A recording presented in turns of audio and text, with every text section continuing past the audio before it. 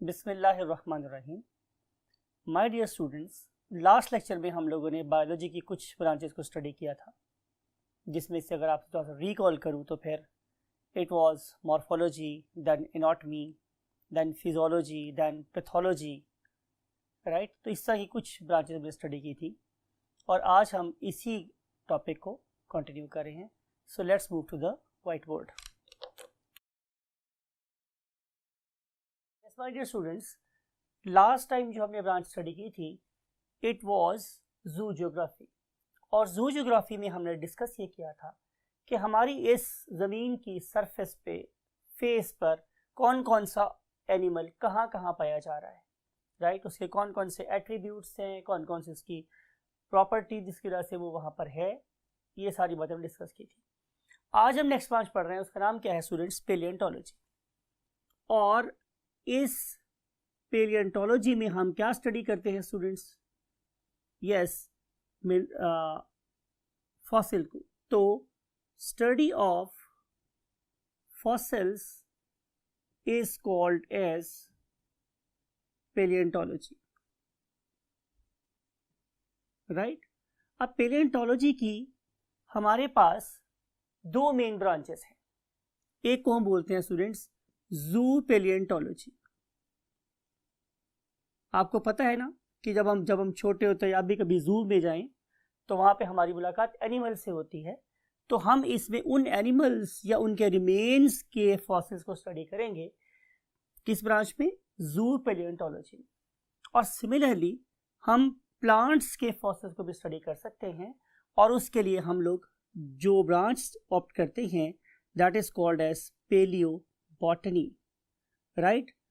Just to keep this thing in your mind, मैं बोल रहा हूँ word and for fun as well कि study of Butas is called as botany. So paleobotany is the study of the plant fossils, right? अब अपनी अगली बात student से देखनी है कि इस प्रोसेस में या इस ब्रांच में हम क्या क्या स्टडी करेंगे। फॉर एग्जाम्पल हम ये अंडरस्टैंड करने की कोशिश कर रहे होंगे कि हाउ फॉसिल्स फॉर्म, कि फॉसिल्स बनते कैसे। इसका सिंपल सा आंसर हमारे पास ये है कि during the course of its burial biological minerals वो फिर हमारे स्टोनी मिनरल से रिप्लेस हो जाते हैं। फिर इसके बाद जो चीज़ आपने स्टडी करनी है वो ये है, जो बहुत बहुत इंपॉर्टेंट है, वो क्या है स्टूडेंट्स? कि हम इससे उसकी लाइफ का पता चलाएं कि कोई फॉसिल कितना पुराना है, और उस पर्टिकुलर फॉसिल से रिगार्डिंग हम उसकी सराउंडिंग के बारे में प्रेडिक्ट कर सकते हैं कि वो ऑर्गेनिज्म क्या खाता था, क्या पीता था, उसके सराउंडिंग में किस किस्म के ऑर्गेनिज्म प्रेजेंट थे। तो जिस ब्रांच में ये सब कुछ स्टडी करता है इट इज कॉल्ड एज पेलियोंटोलॉजी। फिर उसके बाद हम पढ़ रहे हैं नेक्स्ट ब्रांच, और वो आज की जो दूसरी ब्रांच है स्टूडेंट्स उसका नाम है मोलेक्युलर बायोलॉजी। Molecular biology. अब इस पर्टिकुलर ब्रांच में आप लोगों ने क्या स्टडी करने हैं? यस, मॉलिक्यूल स्टडी करेंगे। We want to study molecular basis, किस चीज की? लाइफ की। molecular basis of life, right? इस पर्टिकुलर केस में आप लोगों ने किसी भी ऑर्गेनिज्म की किसी भी फंक्शन और स्ट्रक्चर के पीछे लाई करने वाले मॉलिक्यूल्स को अंडरस्टैंड करना है। फॉर एग्जाम्पल, जैसे आप लोग ग्रेड 9-10 में पढ़ के आए हैं concept of what? Chromosome, concept of gene, कि आपकी बॉडी में जो भी कैरेक्टर डेवलप होता है उसके पीछे एक सेट ऑफ मॉलिक्यूल है जिसे हम क्या बोलते हैं? Gene, right. अगर आप लोगों के पास एक जीन सही काम कर रहा है तो वो वाला स्ट्रक्चर आपकी बॉडी में प्रेजेंट होगा, या वो वाला एंजाइम प्रेजेंट होगा, या वो वाला हार्मोन प्रेजेंट होगा। और अगर वो वाला मॉलिक्यूल वहाँ पे नहीं है तो जाहिर है वो चीज़ हमें उस पर्टिकुलर ऑर्गेनिज्म में नजर नहीं आएगी। एक ऑर्गेनिज्म टॉल है तो due to a tall gene, एक ऑर्गेनिज्म अगर ड्वार्फ है तो due to a dwarf gene. तो उसके पीछे मोलेकुलर बेसिस है। अगर एक पर्सन बहुत ज़्यादा शार्प लाइट को देख सकता है, या एक पर्सन की स्किन टैंड है, तो उसके पीछे भी कोई मोलेकुलर बेस है। तो हमने किसी भी फंक्शन या स्ट्रक्चर की स्टडी करनी है at the level of molecules, it is called as molecular biology. Perhaps अगर मैं बायोलॉजी की रेफरेंस से बात करूं तो ये मोस्ट टेक्निकली एडवांस ब्रांच है, और इसकी जो एप्लीकेशन है हमारे सराउंडिंग में जाहिर है वो भी बहुत ज़्यादा है। तो इस लिहाज से आप इस ब्रांच के फाउंडेशन को बड़े गौर से अंडरस्टैंड करेंगे। Number 3 is environmental biology. अब ये जो हमारे पास एनवायरमेंटल बायोलॉजी है, इसमें मैंने आप लोगों की सराउंडिंग को स्टडी करना है। जब मैं बात कर रहा हूँ आप लोगों की, इससे मुराद क्या है कि हमने ह्यूमंस के रेफरेंस से चीज़ों को स्टडी करना है। मैं जब इकोलॉजी की बात करूँ तो मैं किसी चीज़ को भी फोकस कर सकता हूँ, लेकिन जब मैंने एनवायरमेंटल बायोलॉजी की बात करनी है तो मेरा फोकस किसके ऊपर है? Interaction of the organisms with respect to environment due to human activities.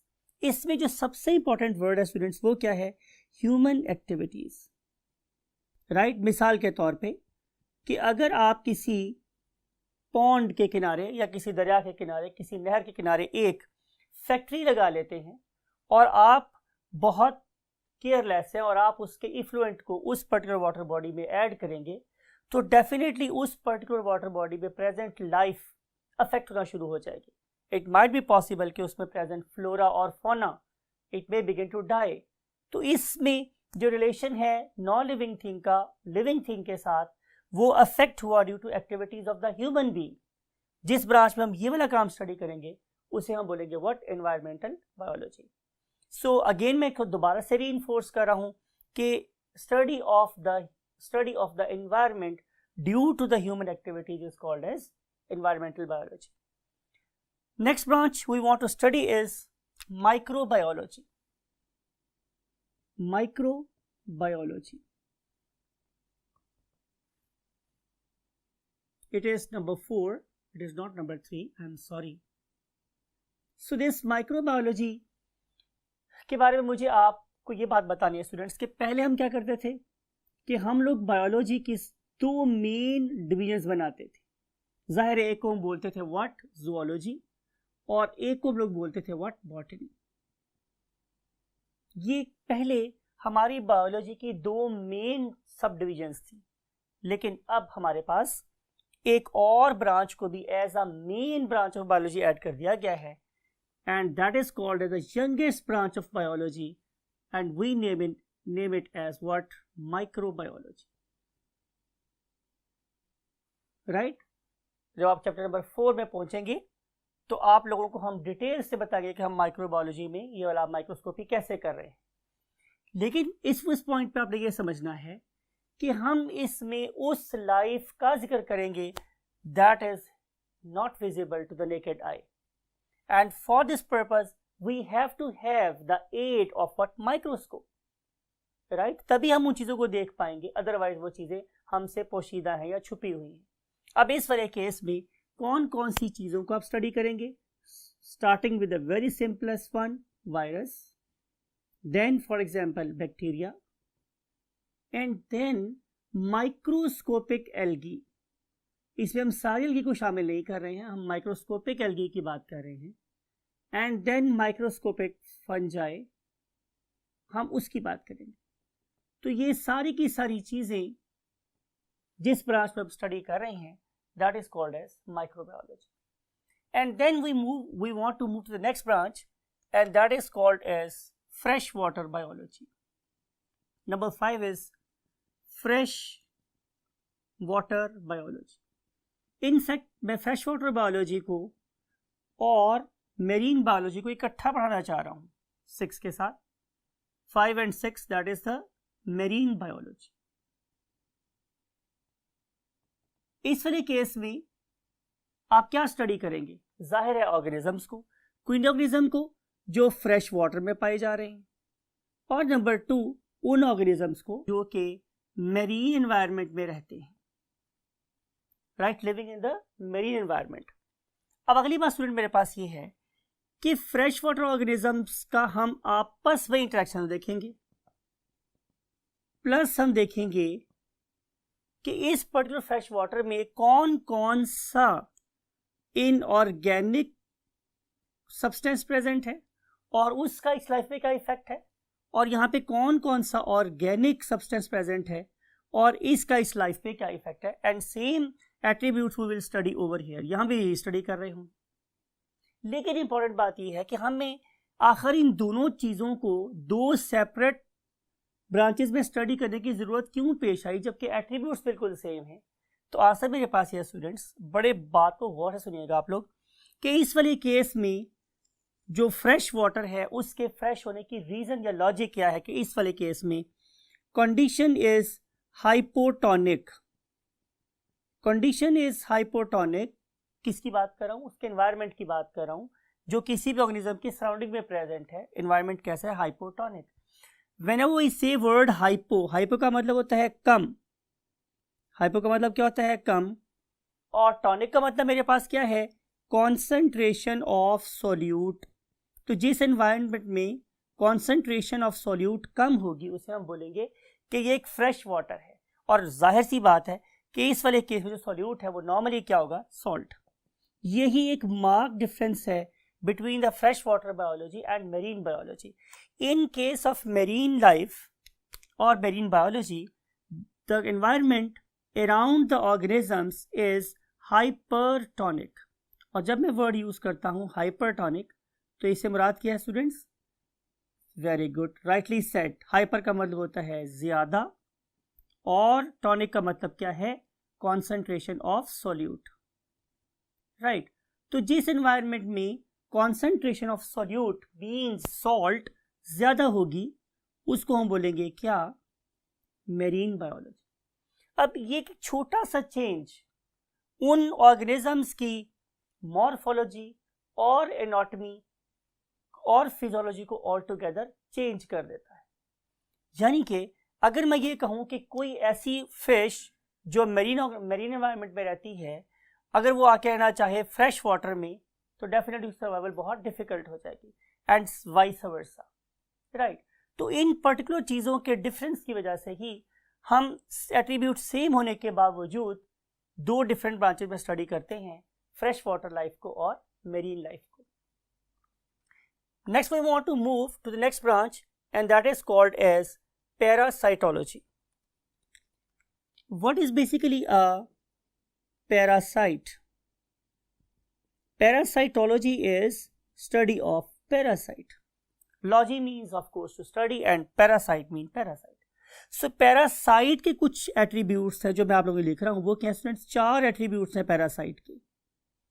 अगर किसी ऑर्गेनिज्म में ये 4 खूबियां पाई जाती हों तो हम उसे क्या बोलेंगे कि वो एक पैरासाइट है। Number 1, it can not make its own food. ये अपनी फूड खुद नहीं बना सकता। इसका मतलब है कि पैरासाइट होने के लिए जो शायद पहली शर्त है वो ये है कि इट शुड बी हेटेरोट्रॉफ। दूसरी बात ये है कि ये ऑब्टेन फूड फ्रॉम होस्ट, ये तो अपने होस्ट से फूड लेता है। हमें कोई एतराज़ नहीं है भाई, जितनी फूड मैं खा रहा हूं वो मेरी रिक्वायरमेंट से बहुत ज़्यादा है, राइट। अगर मेरी फूड में से कोई ऑर्गेनिज्म फूड ले ले, इट वॉन्ट मैटर, कोई फर्क नहीं पड़ेगा। लेकिन प्रॉब्लम यहाँ पे नहीं आ रही, प्रॉब्लम इससे थर्ड स्टेप पे आ रही है कि ये एक ऐसा ऑर्गेनिज्म है वो वही बात है, प्लेट में खाता है उसी में सुराख भी कर देता है। यानी कि अगर ये मेरी बॉडी से फूड ले रहा है तो फिर ये मेरी बॉडी में डिजीजेस भी कॉज कर रहा है।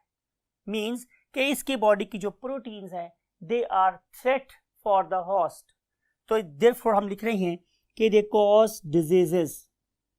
चलें, अगर मुझे बीमार भी कर दे तो शायद मैं इनके दुश्मन ना बनूं, लेकिन मुझे इनको मारना बहुत ज़रूरी है बिकॉज के force attribute again very dangerous कि इफ़ अनट्रीटेड, अगर मैं इसको ट्रीट नहीं करूँगा, if untreated so they can cause death.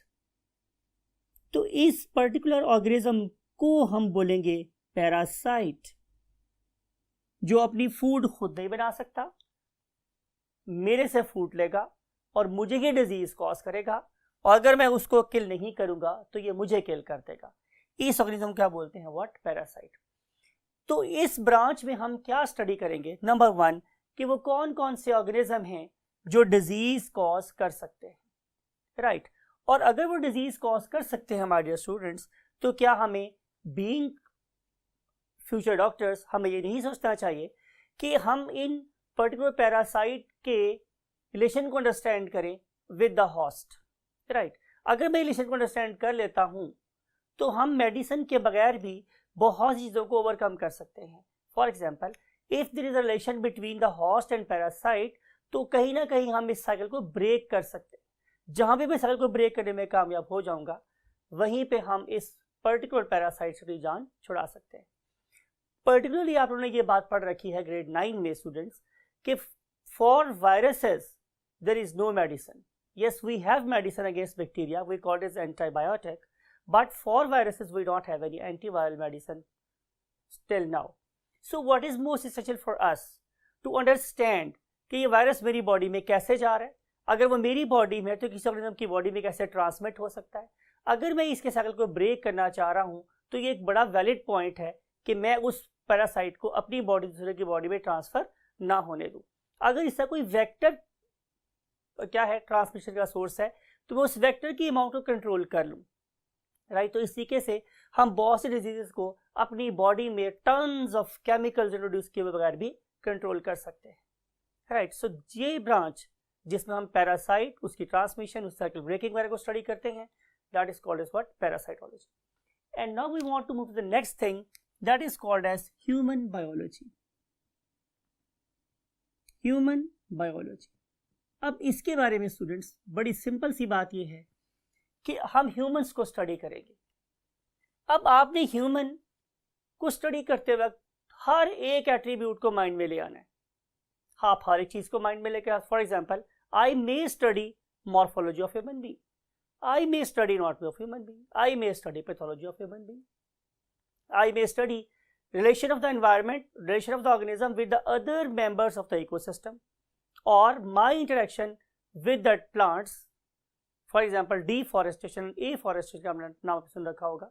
तो ये सारे के सारे एट्रीब्यूट्स जिसका ताल्लुक इंसान की ज़ात के साथ है, उसको हम जिस ब्रांच में स्टडी करते हैं, that is called as what, human biology. इस वाले केस में जो महवर है, एक्सेस है, जो शमाए महफिल है, वो कौन है, इंसान है। तो आपने जो भी एट्रीब्यूट स्टडी करना होगा वो with reference to the human being होगा, राइट। और हम स्टडी कर रहे हैं आज की second last branch, that is called as social biology.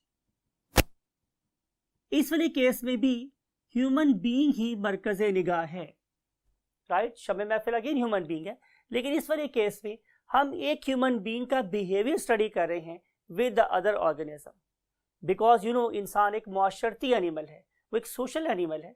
तो जब वो एक मुआशरे में रहता है तो डेफिनेटली कुछ नॉर्म्स, कुछ वैल्यूज होंगी, कुछ सेट प्रोटोकॉल्स होंगे जिसके लिहाज से हमें एक दूसरे के साथ बात करनी होगी। हम मुसलमान हैं अल्हम्दुलिल्लाह, हमारे में यही कहा गया, खैरुकुम मन यनफउ उन्नास, तुम में से बेहतरीन शख्स वो है दूसरे के लिए फ़ायदेमंद है। तो कोई भी सोसाइटी, कोई भी मुआशरा एक दूसरे की बेहतरी सोचते हुए ही बेस्ट लेवल पे ऊपर आ सकता है।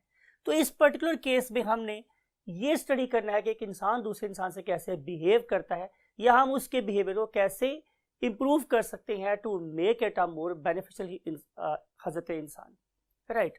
और हम स्टडी कर रहे हैं आज की last branch, that is called as biotechnology. अब बायोटेक्नोलॉजी में क्या स्टडी करेंगे हम, इसे हम स्टडी करेंगे लाइफ को। लाइफ क्या हो सकती है, बहुत सिंपल से बहुत complex. For example, it may be a simple virus, it may be a bacterium, it may be a unicellular fungus, Saccharomyces cerevisiae, right?